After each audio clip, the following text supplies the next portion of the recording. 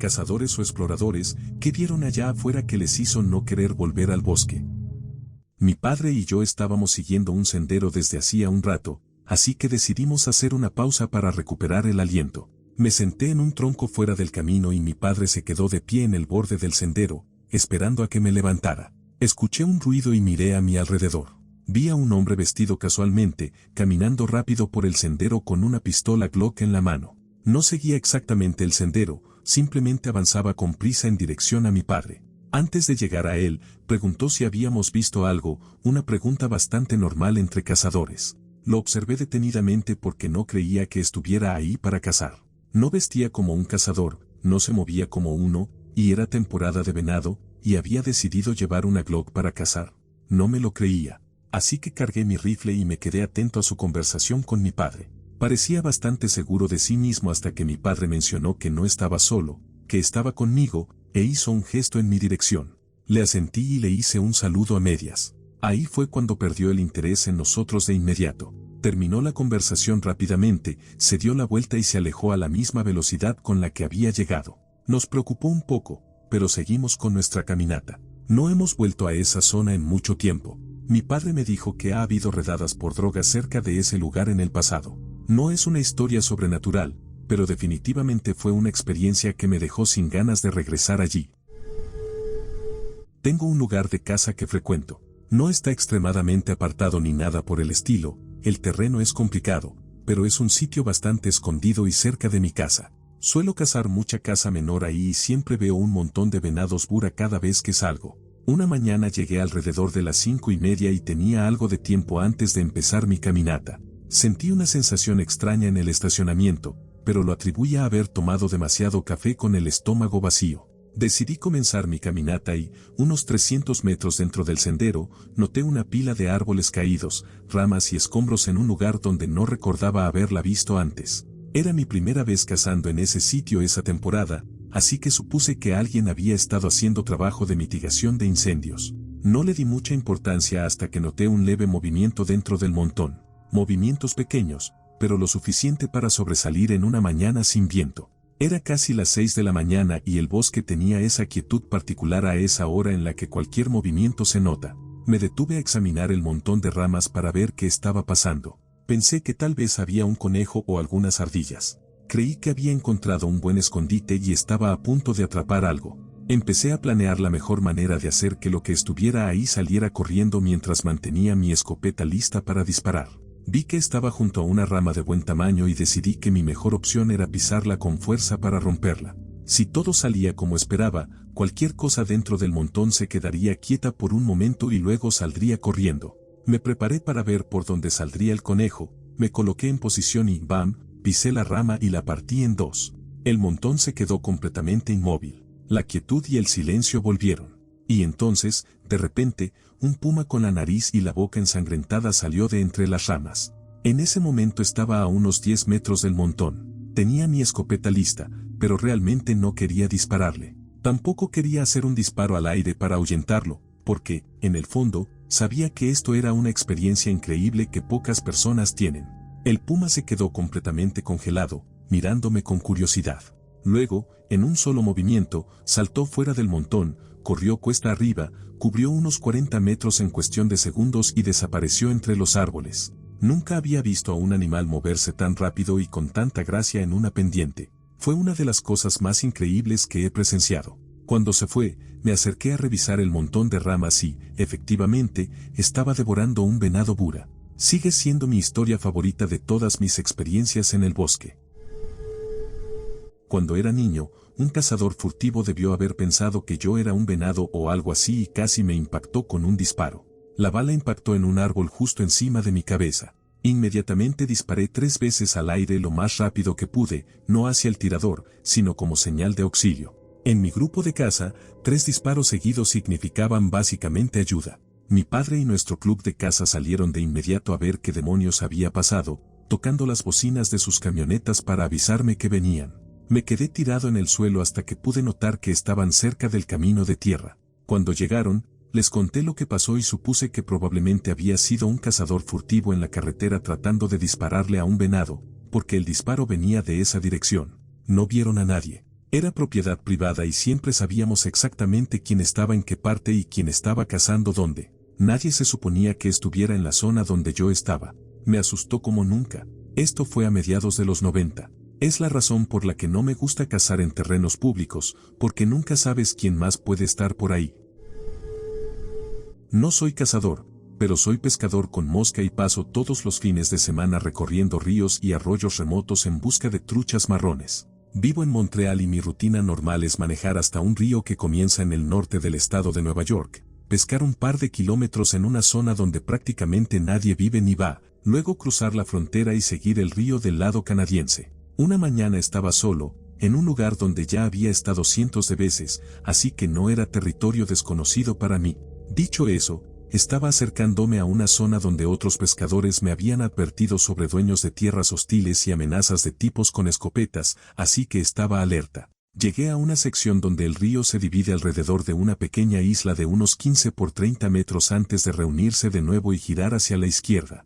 Normalmente me quedo en el lado izquierdo de la isla porque hay algunos buenos pozos para pescar, pero ese día decidí ir por la derecha, lo que obstruyó mi vista del río hasta que doblé la esquina de la isla. Cuando llegué al punto y miré hacia adelante, a unos 75 metros frente a mí, vi un animal dorado beige cruzando el río. Mi primer pensamiento fue, debe ser el perro de alguien, pero luego pensé, no hay casa cerca, es un área demasiado remota. Seguí mirando mientras cruzaba el agua y mi cerebro trataba de procesar lo que estaba viendo, porque no tenía sentido en este lugar. El animal aún no me había visto, simplemente avanzaba con calma, atravesando agua de unos 30 a 60 centímetros de profundidad, con paso firme y decidido.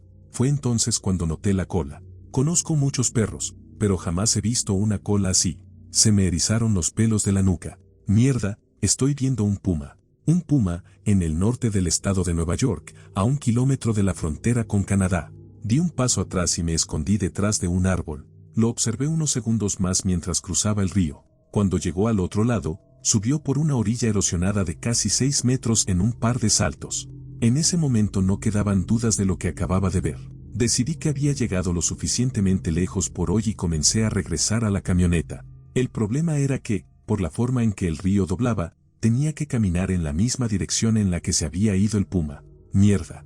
Llegué a la camioneta, me fui directo a casa y llamé a Pesca y Vida Silvestre de Nueva York. Les di los datos de lo que vi, dijeron que lo investigarían. Casi todos mis amigos que pescan en esa zona creen que estoy loco, obviamente.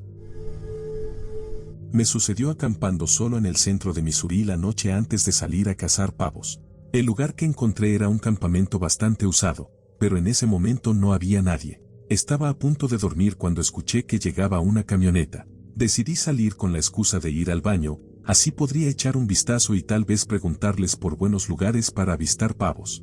Era un tipo con su novia, bebiendo cervezas y dando un paseo. Fueron muy amables, pero antes de irse, después de nuestra charla, me dejaron con un consejo inquietante. Cuídate aquí afuera, hay muchos metanfetamineros y no se detendrán por unos perdigones de escopeta. ¿Quieres una bala de caza?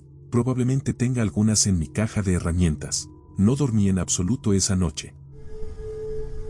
Como guardabosques durante 30 temporadas, he visto muchas cosas estúpidas y aterradoras en el bosque, pero lo peor que me tocó fue perseguir a un tipo que había escapado de una instalación de tratamiento psiquiátrico. Si solo hubiera estado acampando en el bosque profundo, no me habría importado, pero el problema era que rutinariamente robaba el refuerzo de la entrepierna de los trajes de baño de mujeres y niñas que dejaban secar en los tendederos del campamento y en las áreas de las Girl Scouts. El refuerzo, según me explicaron, es la parte de algodón en un traje de baño que entra en contacto con la piel y la zona íntima. Está cosida para razones de higiene. Una de las madres de las Girl Scouts corrió hacia mí mientras patrullaba y me dijo que había visto al hombre huir a pie desde los tendederos. Así que salí tras él a la carrera.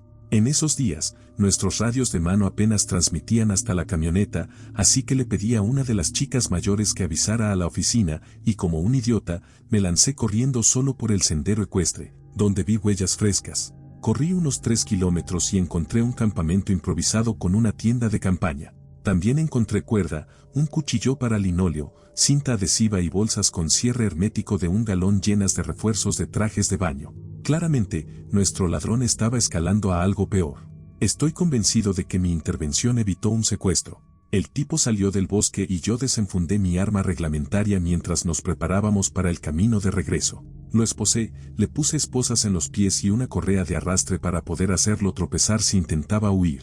También le hice cantar el himno nacional mientras corríamos, para mantenerlo sin aliento y que no pudiera resistirse si intentaba pelear. Cuando estás tan adentro del bosque y no sabes si viene ayuda, necesitas toda la ventaja posible. Mi compañero de respaldo nos encontró en el sendero y pudimos subir al prisionero a la camioneta, esposado en la caja trasera para el viaje a la oficina. Me tocó sentarme en la parte de atrás con él durante todo el trayecto. No era muy conversador. Los muchachos regresaron a limpiar el campamento y confirmaron que había estado ahí por un buen tiempo. Definitivamente era una bomba de tiempo. No lo procesamos criminalmente, pero fue internado en un hospital psiquiátrico de máxima seguridad en el condado de Ulster, Nueva York. De vez en cuando le ponía dinero en su cuenta del comedor, pero dudo que alguna vez se haya acordado de mí. Hay un lugar en Kingston, Idaho, o al otro lado de Saddle, dependiendo de por dónde vayas. Lo llamo el Foso de las Serpientes. Aún visito la zona de vez en cuando y acampo ahí. Junto al lugar donde suelo acampar, entre los árboles, hay una cuenca llena de autos podridos de los años 1920 a 1930, cubiertos por arbustos y árboles, pero con suficiente espacio para que el sol los ilumine. La primera vez que acampé allí, caminé hacia esos bosques y todas las hojas comenzaron a moverse. Las serpientes huían de mí mientras tomaban el sol sobre los autos. Me dio un escalofrío terrible. Desde entonces, no entro ahí para buscar leña y tampoco veo que las serpientes se vayan de ese sitio, así que simplemente las dejo en paz. Mi familia es dueña de varias hectáreas de bosque en el este de Carolina del Norte. Ya nadie vive en la propiedad desde hace 6 o 7 años. En octubre de 2017, fuimos allí para hacer práctica de tiro, y decidí caminar por los límites del bosque para encontrar una buena rama que nos sirviera como marcador en el campo de tiro. Mientras caminaba, pateando piedras sin pensar mucho en nada, me topé con una maleta bastante nueva, prácticamente en perfecto estado. Estaba llena de ropa y otros objetos personales, pero no tenía identificación ni ninguna pista sobre quién podría ser su dueño. Parecía contener ropa para 4 personas, 2 niños y 2 adultos, un hombre y una mujer. También había algo de comida, libros para colorear, entre otras cosas. A unos 100 metros más adentro del bosque, encontré un refugio improvisado, como un alpendre, un techo de ramas apoyado contra un árbol. Colocamos una cámara trampa y la dejamos ahí por 3 semanas. Nunca apareció nadie. Para dar una idea de la ubicación, estamos a 55 kilómetros de cualquier pueblo o ciudad grande. No me pasó a mí específicamente, pero cuando tenía entre 12 y 15 años estaba cazando con mi papá y su amigo. Yo iba con mi padre y nuestro amigo estaba en un sendero diferente. Al final del día, siempre nos encontrábamos donde los caminos se cruzaban para regresar juntos a la camioneta. Mi papá intentaba contactar a nuestro amigo por radio, pero no recibíamos ninguna respuesta desde hacía unos 20 minutos. Justo cuando estábamos por llegar al cruce, finalmente respondió diciendo que ya venía en camino. Poco después llegó, completamente sin aliento y sudando a mares. Teniendo en cuenta que estábamos en el norte de Wisconsin, en plena temporada de caza de venado con rifle, llevaba ropa muy pesada y su punto estaba a unos 2,5 kilómetros del cruce. Nos contó por qué no había respondido antes y qué le había pasado. Estaba en su puesto de caza cuando notó algo moverse frente a él. A unos 50 metros vio un cachorro de oso negro, y solo al cachorro. Se sentó y empezó a rascar un tronco. Mi amigo no se movió ni hizo ruido, porque sabía que la madre debía estar cerca y lo último que quería era que lo encontrara. Pasó más de 1 hora observando al cachorro mientras intentaba localizar a la madre, pero nunca logró verla.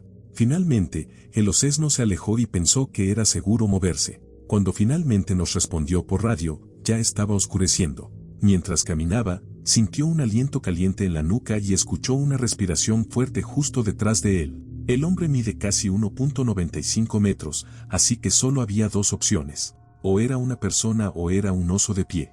Entró en pánico y salió corriendo más de 1,5 kilómetros por el sendero hasta que nos vio.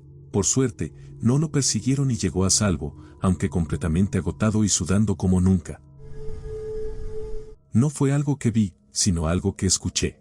El año pasado, en el noroeste de Florida, estaba cazando en el pantano desde un kayak. Me quedé afuera más tiempo del que quería y me adentré más de lo que tenía planeado. Primero, cuando empezó a oscurecer, un búho enorme descendió en picada sobre mí y casi me choca. Fue absolutamente silencioso. No lo escuché hasta que estuvo a punto de hacer contacto conmigo. En ese momento sentí cómo se me encogía el estómago. Después de calmarme un poco, noté que había caído un silencio ensordecedor sobre el pantano.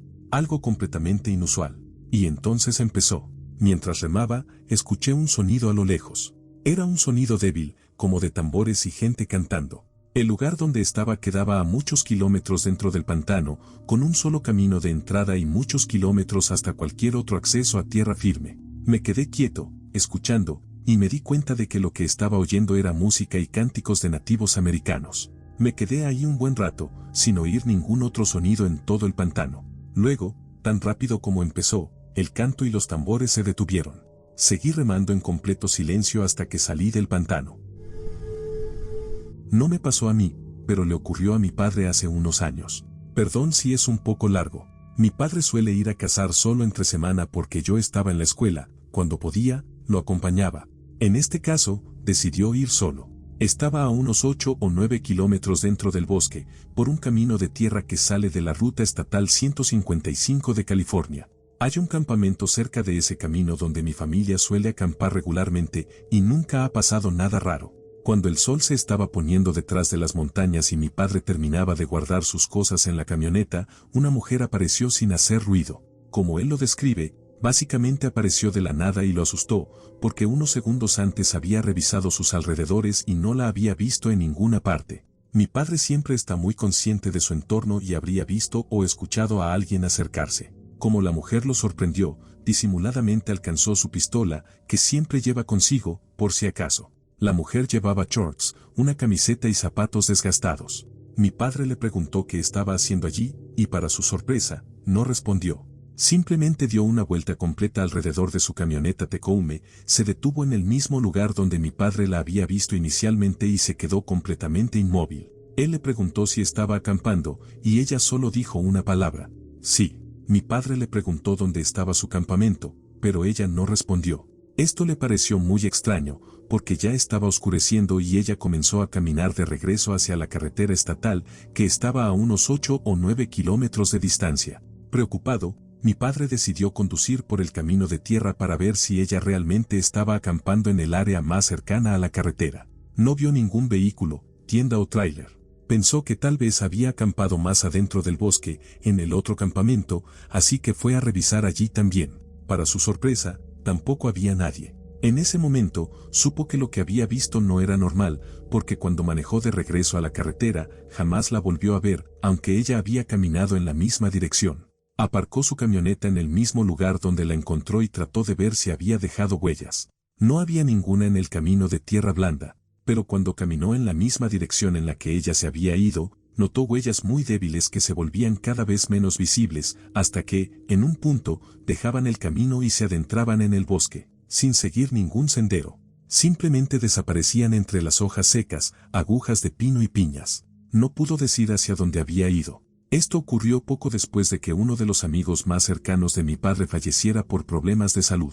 Este amigo y mi padre solían ir juntos de casa regularmente cuando él estaba bien.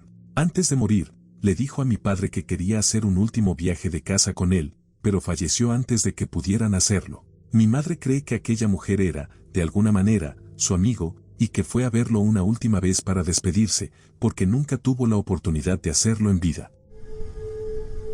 He visto muchas de las cosas típicas en el noroeste de Canadá, pero lo único que realmente me hizo pensar dos veces antes de adentrarme en el bosque fue el miedo a encontrar un cuerpo. Hay docenas, quizás cientos, de casos sin resolver de personas desaparecidas en esa región, muchas de ellas mujeres indígenas, pero también hombres y personas blancas. Hay carteles por todas partes con información sobre los desaparecidos. Espero que algún día los encuentren y que sus familias puedan encontrar algo de paz, pero me aterraba ser yo quien diera con un cuerpo. Lo otro que me hizo dudar fueron los agujeros de bala por todas partes. Dispararle a los carteles de la carretera ya es bastante malo, pero estos imbéciles disparaban hasta a los retretes portátiles. No hay nada como estar haciendo tus necesidades y contar los agujeros de bala justo frente a tu cara. Canadá tiene leyes de armas más estrictas que Estados Unidos, pero la gente sigue tomando malas decisiones. Así que nada realmente paranormal, solo personas. Primero, la historia no tan aterradora. Estaba a unos 30 kilómetros en el interior del bosque en un viaje de caza de una semana, completamente solo. Me desperté en medio de la noche con el hocico de un oso presionando la tela de mi tienda de campaña. Inmediatamente comencé a meditar para ralentizar mi respiración y mantenerme inmóvil, porque sabía que si me movía o intentaba correr hacia mi auto, estaría muerto. A la mañana siguiente encontré huellas y eran las más grandes que he visto en mi vida. Ahora, la historia realmente inquietante. Estaba en lo profundo del bosque de nuevo, acampando en un pequeño y agradable barranco. Cuando desperté, había un círculo de rocas grandes alrededor de mi campamento. No estaban ahí cuando llegué ni cuando armé la tienda. Soy un tipo fuerte y no pude mover ninguna de las rocas. Crecí en el bosque, pero ahora me niego a salir sin un arma de gran calibre y jamás vuelvo a dormir en el bosque. Cerca de donde estudio hay un enorme parque estatal que, según rumores, tiene una antigua instalación de investigación de la Fuerza Aérea en su rincón más alejado. La parte frontal del parque es visitada con frecuencia por excursionistas, cazadores y demás. Pero si te adentras lo suficiente en la parte trasera, encuentras cosas realmente inquietantes. Desde cocineros de metanfetaminas hasta cultos y ciudadanos aislados de la sociedad. Se me vienen a la mente un par de historias. El programa ROC, un programa universitario que prepara a los estudiantes para convertirse en oficiales de las Fuerzas Armadas, solía hacer entrenamientos de campo allí una vez por semestre, y parte del ejercicio incluía un curso de navegación terrestre. Esto consistía en que los cadetes estuvieran solos en el bosque durante unas 5 o 6 horas navegando el terreno. He escuchado de varias personas que, al caminar hacia su siguiente punto o al detenerse a descansar en un árbol, han encontrado esqueletos o restos óseos. Otra historia me pasó a mí. Un fin de semana, unos amigos y yo estábamos explorando en el parque cuando llegamos a un claro. En medio del claro había una iglesia vieja y en ruinas, casi abandonada. Al principio no le dimos importancia, pero algo no cuadraba. La cruz del campanario estaba al revés, y el edificio no tenía ventanas. Estábamos a punto de salir al claro para inspeccionar cuando la puerta de la iglesia se abrió. Un hombre vestido con túnicas negras salió por un minuto y luego volvió a entrar. Salimos corriendo de ahí sin mirar atrás. Tengo toneladas de historias sobre ese parque nacional. Odio ir allí cada vez que nos toca ir, pero las historias que salen de ese lugar son algo fuera de este mundo. Hace un par de años, estaba en el norte de la Columbia Británica en un viaje de pesca con mi papá, mi tío y mis primos. El lago y el río estaban a 2 horas en auto de la ciudad más cercana. Íbamos a la deriva por el río cuando tuve que ir al baño, así que me bajé del bote. Mientras hacía lo mío, miré hacia un lado y vi lo que parecía ser la parte superior de un edificio. Me giré hacia los demás en el bote y les dije lo que había visto. Caminé hacia el edificio y, al acercarme, me di cuenta de que no estaba solo. Había varias casas y chozas en medio del bosque. Era un pueblo pequeño y aislado de una tribu indígena, así que decidimos retroceder y alejarnos. No fue algo demasiado inquietante, pero no queríamos causar ningún problema. Seguimos nuestro camino sin hacer contacto. Mi padre solía llevarme a cazar en tierras públicas a finales de los 80 y principios de los 90, y siempre, pero siempre, veíamos al mismo afable anciano por ahí, el hombre más amable, un observador de aves. Se vestía completamente de naranja brillante para que nadie lo confundiera con una presa y siempre se quedaba en los caminos principales, montando su bicicleta. Un ser humano fantástico que pasaba horas hablando con mi padre sobre la vida silvestre y la vida en general. Todos los guardabosques de la zona lo conocían, y la mayoría, si no todos, los cazadores regulares también.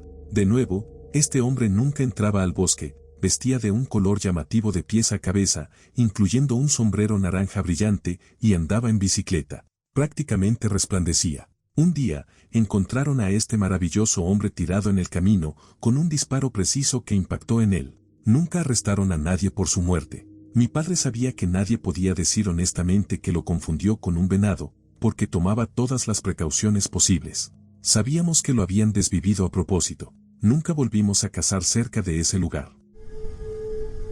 No le he contado esto a nadie excepto a mi hermano, porque él sabe dónde está este lugar. Hay pantanos remotos de cipreses a lo largo del río Pearl, en el centro de Mississippi, y algunos de ellos se vuelven inaccesibles debido a las inundaciones durante la temporada de caza. La lejanía de estos lugares crea condiciones perfectas para un cazador dispuesto a hacer el esfuerzo extra, y yo he cazado en estos bosques y pantanos durante años. Los conozco bien. Aunque es una mala idea, cuando era más joven tenía la confianza suficiente para cazar allí solo. Una tarde, durante la temporada de patos, un frente de tormenta se acercaba y sabía que si lograba llegar a Deal Island, tendría un buen día de caza.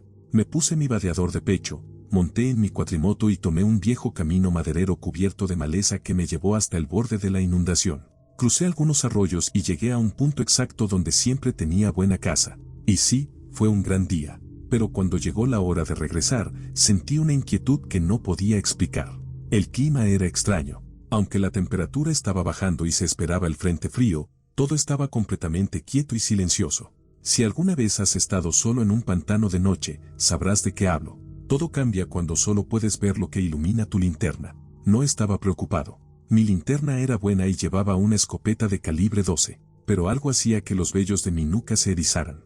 Me estaban observando, y lo sabía. El sonido se comporta de forma extraña en los pantanos.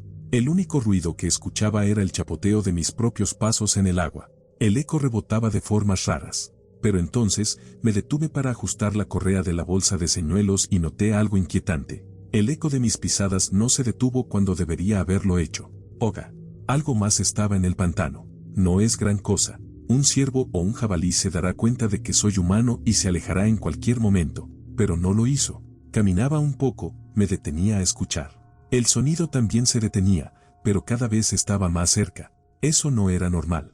El haz de mi linterna hacía que los árboles y la maleza proyectaran sombras largas y torcidas que se movían conmigo mientras intentaba apresurarme para salir del pantano. Mis nudillos estaban blancos de tanto apretar mi Remington 870 y desearía que estuviera cargada con algo más potente que perdigones de acero. Entonces noté un olor horrible, como el de un zorrillo, pero mucho peor. Me detuve otra vez para escuchar y alumbrar alrededor. Fue ahí cuando me di cuenta de que las sombras seguían moviéndose, pero yo no me estaba moviendo. ¿Por qué demonios las sombras seguían moviéndose? Se quebró una rama. Giré de inmediato para enfrentar lo que sea que estuviera ahí. Y entonces, algo que no estaba ahí hizo un sonido bajo y siseante. El haz de mi linterna simplemente se detenía en una forma de nada, como si iluminara algo que no estaba allí. Un hedor putrefacto me golpeó la cara. Volví a escuchar ese siseo, y entonces salí de ese pantano lo más rápido que pude. Cuando llegué a mi camioneta estaba temblando porque no sabía con qué me había encontrado. Esos bosques ya no se sentían como mis bosques. Cuando digo que fue algo que no estaba ahí, es la única forma en que puedo describirlo. Mi linterna lo iluminaba, había sombra detrás de ello, pero no había nada. Algo en ese pantano me aterrorizó por completo, y no quiero saber qué era.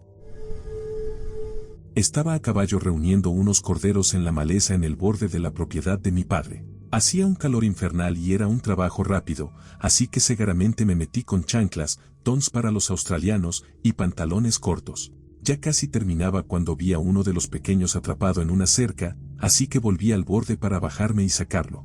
Al bajarme del caballo, levanté un palo sin querer y me rasguñé la pierna. Saqué al cordero, corrió hacia los demás y volví a montar. Me empecé a sentir un poco mal, pero igual monté de regreso a los cobertizos donde estaba mi padre. Llegué, bajé del caballo y miré mi pierna. Sí, 2 marcas de mordida donde supuestamente me había raspado con un palo. Para este punto me sentía realmente mal y la pierna me ardía. Le dije a mi padre, que pensó que solo intentaba zafarme del trabajo, pero aún así me dijo que mejor fuera al hospital. Fuimos, me hicieron pruebas y resultó ser una mordedura de serpiente tigre. Me dieron el antídoto. Pasé una semana en el hospital y meses usando muletas. Y para rematar, mientras estaba en el hospital, mi novio terminó conmigo. Una vez, mi novio y yo estábamos acampando en medio del bosque. Era probablemente cerca de las 11 de la noche o medianoche y estábamos en la tienda de campaña, riéndonos y hablando antes de dormir. Su papá y su madrastra estaban haciendo lo mismo en su caravana, a unos 15 metros de distancia. En un momento, la conversación se detuvo y, en ese silencio, escuchamos un rugido. Imaginen a un hombre gritando con todas sus fuerzas, como el grito más angustiado que haya escuchado en mi vida, solo que no era un hombre. Era similar, pero más grande, más potente, más profundo. No tengo dudas de que no era humano, pero tampoco coincidía con ningún animal que conociera. Ninguno de los dos somos novatos en la naturaleza. Él creció en ese bosque y probablemente ha pasado más noches ahí de las que puede contar. Yo soy una gran entusiasta del camping y la vida silvestre, y he escuchado a muchos animales hacer muchos tipos de ruidos. Mientras esto sucedía, ambos estábamos completamente paralizados, así que sabía que él lo estaba escuchando tanto como yo. El sonido se apagó y, en cuanto hubo unos segundos de silencio, docenas y docenas de coyotes empezaron a responder desde todas direcciones. Aullidos, chillidos, llantos, el bosque entero, que había estado completamente callado, se llenó de coyotes llamando desde todas partes. Se sintió que duró demasiado tiempo, hasta que el rugido se escuchó de nuevo. Todos los coyotes se callaron de golpe. Lo único que se podía oír era ese rugido. Sonaba como si estuviera a kilómetros de distancia y al mismo tiempo justo al lado de nosotros. Después de eso, los coyotes permanecieron en absoluto silencio. Nosotros no habíamos dicho ni una palabra, simplemente nos quedamos escuchando. El rugido se detuvo y no hubo más sonidos. El bosque entero quedó en un silencio total. Tardé un momento en atreverme a hablar. Le pregunté si lo había escuchado, aunque obviamente ya sabía la respuesta. Me contestó con una voz completamente plana y rápida. Sí. Me quedé congelada, tratando de pensar en cada animal que había escuchado en mi vida. En la naturaleza, en el zoológico, en documentales. Lo más parecido que podía imaginar era un humano, pero más primitivo, más grande y más salvaje. Le pregunté, ¿sabes qué fue eso? ¿Has escuchado algo así antes? Su respuesta fue no. Nunca había escuchado eso antes. Ambos intentamos repasar todas las posibilidades. Cada animal conocido, en cada estado posible, hambriento, en celo, desafiando, agonizando, y nada coincidía. A la mañana siguiente, no tuvimos que decir nada. Su papá y su madrastra fueron los primeros en preguntar si lo habíamos escuchado. Ellos mencionaron a Pie Grande primero. Y, para ser honesta, no estoy en desacuerdo en lo absoluto. Desde entonces, empecé a creer en Sasquatch. He buscado sonidos similares en YouTube y encontré algunos muy parecidos, aunque ninguno es exactamente igual, en profundidad, duración y alcance. Vine a esta pregunta buscando historias similares y no encontré ninguna, así que decidí compartir la mía. Esto pasó hace unos 3 años y quiero escucharlo de nuevo desesperadamente para poder grabarlo. Estoy completamente abierta a escuchar explicaciones alternativas, pero prometo que no era ninguno de estos. Puma, oso, ciervo, lobo o incluso humano. Así es como mi mente estaba trabajando esa noche, tratando de encontrar una respuesta. Definitivamente fueron los minutos más locos de mi vida. Paso mucho tiempo en la naturaleza durante el invierno. Generalmente es solo un amigo y yo. La mayoría de los senderos que hacemos son populares en verano, pero quedan completamente desiertos una vez que empieza a nevar. Invierno de 2014, habíamos caminado unos 3 kilómetros cuando vimos una pequeña mochila negra en medio del sendero. No habíamos visto ningún otro auto en el inicio del sendero ni a ninguna persona cerca, pero la mochila no llevaba ahí mucho tiempo, porque no tenía nieve encima, había nevado la noche anterior. Nos pareció raro, pero decidimos que, si seguía ahí cuando regresáramos, la recogeríamos. Casi 7 kilómetros adentro, estábamos conversando cuando noté una gran figura moviéndose de forma errática entre los árboles más adelante. Nos quedamos en silencio y pudimos escuchar a un hombre murmurando mientras caminaba de un lado a otro. En ese punto, ya estábamos bastante asustados y decidimos darnos la vuelta. Fue entonces cuando escuchamos, «Oh, hola», y el tipo comenzó a caminar hacia nosotros. Y, de repente, otro tipo salió de la nada con una cámara de video bastante cara. Resultó que el hombre era un rapero y estaban grabando un video musical para una de sus nuevas canciones en el bosque. Habían estacionado antes de la entrada del sendero, por lo que nunca vimos su auto. Al final eran muy amigables, nos dieron una tarjeta y confirmamos que la mochila negra que habíamos visto antes era suya. Nos despedimos y seguimos nuestro camino de regreso, pero por un momento estuve convencido de que íbamos a ser asesinados en el bosque. Cuando era joven, solía hacer excursiones a caballo por el norte de California durante semanas. Esto fue a finales de los años 70 y principios de los 80. Rara vez usaba una brújula, pero siempre llevaba un mapa de la zona. Soy bastante bueno orientándome con puntos de referencia y nunca me he perdido en mi vida. Excepto una vez. Estaba en el Bosque Nacional Six Rivers, dirigiéndome hacia el sur, en dirección al condado de Trinity. El terreno es extremadamente difícil, con riscos altos, colinas empinadas, rocas por todas partes y una maleza espesa que enreda todo. Seguía la línea de las crestas, buscando un lugar adecuado para cruzar a la siguiente cuando fuera conveniente. El cielo estaba parcialmente nublado y hacía frío, alrededor de 15 grados centígrados, lo cual era inusual para principios de agosto, cuando normalmente la temperatura superaba los 32 grados centígrados durante el día. Encontré un lugar razonable para cruzar a la siguiente cresta al sur y comencé a descender. Pero al llegar al barranco, descubrí que lo que desde arriba parecía un descenso fácil en realidad era un desastre de rocas y terreno traicionero. Empecé a caminar por el barranco para encontrar un mejor lugar para salir de allí. El viento aumentó y comenzó a lloviznar. Caminé más de 1 kilómetro, pero no encontré un solo punto seguro para mi caballo o para mí. Finalmente, decidí regresar por donde había bajado originalmente. Cuando llegué a la cima, me detuve para orientarme, y me quedé petrificado. El paisaje era completamente distinto. No era que hubiera menos rocas o que el terreno fuera más fácil. Era otro lugar. Todos mis puntos de referencia habían desaparecido. Algunos estaban a 50 o 60 kilómetros de distancia, otros mucho más cerca, pero ninguno estaba donde debería estar. No tenía idea de dónde estaba y estaba completamente desorientado. Saqué mi mapa y traté de analizar la geografía, comparando las colinas y las inclinaciones que había seguido antes. Nada coincidía. Lo único que podía identificar con certeza era el camino que acababa de subir desde el barranco, pero todo lo demás había cambiado. El viento seguía aumentando y la temperatura seguía bajando drásticamente, incluso pensé que podía empezar a nevar. Sin referencias claras, decidí volver sobre mis pasos hasta mi última posición conocida y tratar de retomar el camino desde allí. Bajé la colina y regresé al barranco. Esta vez presté especial atención a cualquier rastro de mi paso anterior. Mientras avanzaba en la dirección opuesta, la llovizna cesó, el viento se calmó y la temperatura comenzó a subir rápidamente. Encontré el mismo camino original por donde había bajado la primera vez, lo seguí hasta la cima, y todos mis puntos de referencia estaban de vuelta en su lugar. No entendía nada. Seguí avanzando por la cresta mientras trataba de encontrar el punto exacto donde había subido la primera vez, pero no había ninguna señal de mi rastro anterior. Todo lo que veía coincidía ahora con mi mapa. Finalmente, me rendí y continué por la cresta hasta que encontré un sendero más fácil para descender y seguir mi camino.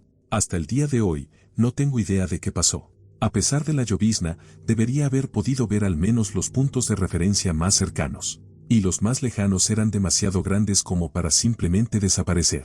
Además, no había signos de lluvia cuando continué por el camino después del barranco. Y lo más extraño, la razón por la que elegí bajar en ese punto originalmente era porque había visto un camino claro al otro lado. Pero cuando llegué allí, había enormes rocas bloqueando el paso, rocas que debería haber podido ver desde la cresta. En el momento estaba más concentrado en orientarme, pero al recordarlo, se siente aún más espeluznante ahora que en aquel entonces. Hace 3 años, estaba cazando en Namaji State Forest, Minnesota. Si sabes algo sobre esta zona, hay pantanos y sumideros por todas partes, un terreno duro y traicionero. Si entras sin un plan y sin marcar tu camino de regreso, hay una buena posibilidad de que nadie te vuelva a ver jamás. Era una mañana con niebla espesa, en la segunda semana de la temporada de ciervos. Avanzaba con mi rifle cruzado sobre el pecho, con ambas manos en la mira, tratando de encontrar un área donde pudiera ver más de 3 metros delante de mí. Cuanto más avanzaba, más me daba cuenta de que estaba perdido. Y entonces llegó el pánico. Seguí caminando, intentando orientarme, y de repente di un paso adelante y me hundí. El lodo me tragó gran parte del cuerpo. Quedé atrapado en un sumidero, con mi único punto de apoyo siendo la culata y el cañón de mi rifle, que por suerte era más ancho que el hoyo donde me estaba hundiendo. Mi única esperanza era sacarme de ahí por mi cuenta. Durante 4 horas y media, grité con todas mis fuerzas pidiendo ayuda y traté en vano de salir, pero cada vez que me impulsaba hacia arriba, mi rifle se hundía más. Saltaba con lo poco que me quedaba de energía para tomar aire y gritar, solo para volver a hundirme en el lodo y la mugre. Después de 5 horas, acepté que no iba a salir. Iba a morir ahí, y nadie jamás encontraría mi cuerpo. Pensé en mi esposa y mi madre, en cuanto les dolería nunca saber qué me pasó. Pensé en mis 2 hijas y en cómo había desperdiciado mi vida en un viaje de casa, que nunca más iba a estar para ellas. En ese punto, cegaramente me veía como Leonardo DiCaprio en The Revenant, arrastrándome desesperado por la nieve. Maldije, recé, grité, usé cada último pedazo de energía que me quedaba para tratar de salir. Si iba a morir, iba a hacerlo después de haber agotado cada fibra de mi ser antes de dejarme tragar por este maldito agujero infernal. Nada funcionó. Y entonces, sentí 2 pares de manos sujetando las mías. Mis manos, que aún seguían aferradas al rifle, comenzaron a ser jaladas lentamente fuera del sumidero. Un padre y su hijo habían seguido el rastro de un ciervo herido hasta 5 metros de donde yo me estaba hundiendo. Hasta el día de hoy, creo que ese ciervo fue enviado por Dios o por mi ángel guardián. Donde terminó su vida, la mía comenzó de nuevo. Pasé una semana en el hospital recuperándome de deshidratación, hipotermia y del infierno que le hice pasar a mi cuerpo. Cuando salí, me prometí no volver a dar por sentado ni un solo segundo de mi vida. Me convertí en un mejor padre y en un mejor hombre. Aún hoy, despierto angustiado en las noches, con el mismo terror y rabia que sentí mientras me hundía más y más en el lodo, empapado en sudor, con el corazón latiendo como loco. Desde ese día, dejé de cazar. Dejé de ir a los bosques profundos. Tal vez algún día lo intente de nuevo, pero cada vez que lo pienso, empiezo a temblar. Dato final. La temporada pasada, un hombre de las Twin Cities desapareció en la misma zona donde yo cazaba. Si no me crees, búscalo en las noticias. Cada vez que veo su cara en la televisión o en el periódico, no puedo evitar imaginarlo en mi mente, luchando por salir, pero sin tener la suerte que yo tuve.